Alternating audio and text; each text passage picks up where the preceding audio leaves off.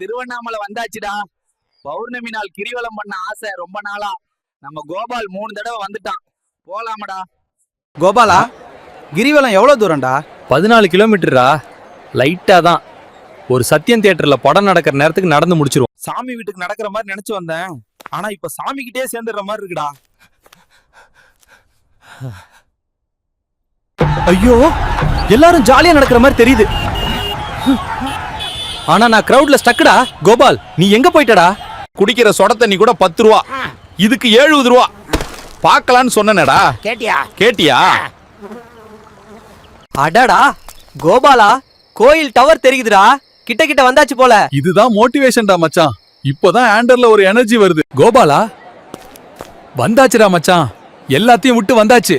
அடடா, உட்காந்து கொஞ்ச நேரம் அமைதியா இருக்கலாம் போல இருக்கு. இந்த வீடியோ பார்த்த எல்லாருக்கும் ரொம்ப நன்றி. அப்படி என்ன நெக்ஸ்ட் வீடியோ வேணும்னு காமெண்ட்ல சொல்லுங்க. சேனலுக்கு சப்ஸ்கிரைப் பண்ணிடுங்க. பை பைடா.